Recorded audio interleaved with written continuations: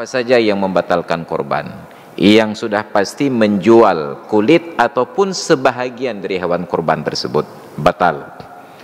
Yang kedua, dikonversi dalam bentuk ongkos. Ongkos panitia penyembelihan dikonversi dalam bentuk daging, tulang ataupun keutuhan binatang kurban. Termasuklah kalau dulu ada pelana, tempat duduk atau unta, talinya ataupun kaya yang mengikat tenan, itu tidak boleh dikonversi untuk menjadi ongkos.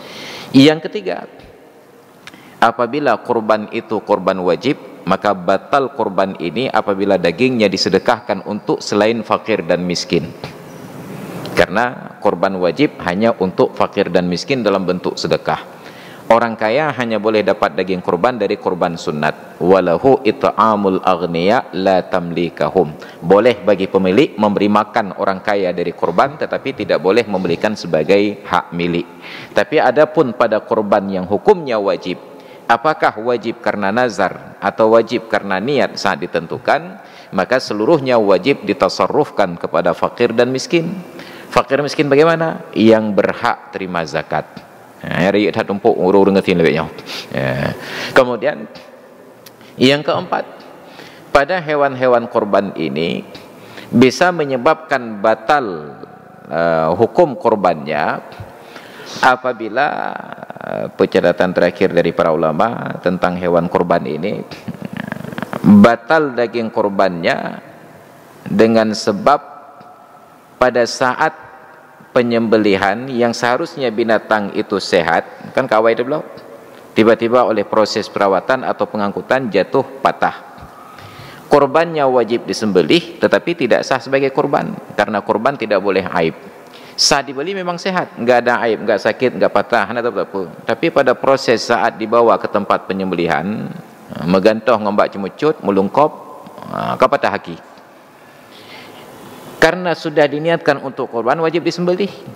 Pembahagiannya diperlakukan seperti hukum kurban, tetapi itu tidak sah sebagai kurban, wajib diganti yang lain.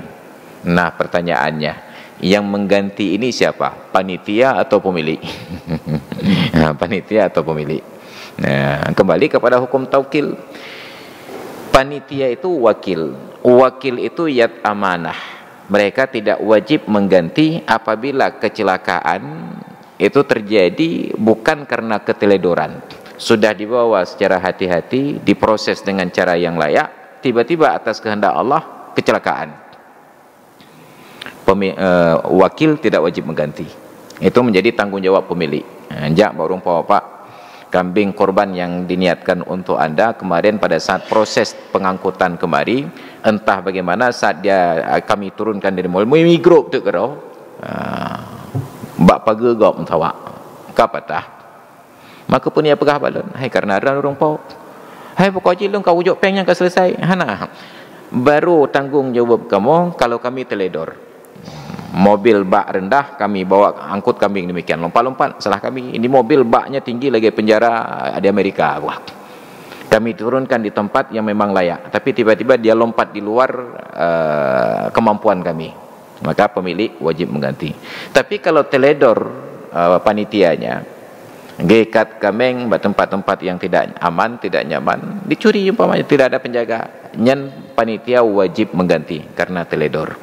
Nah, jadi ini nanti masuk di dalam bab yad amanah tentang wakil. Maka perkara-perkara ini yang berpotensi untuk membatalkan kurban, dari seharusnya pahala menjadi kendaraan di akhirat, ternyata hanya menjadi sedekah bagi-bagi daging saja. Dan itu mesti diperhatikan dengan baik sekali.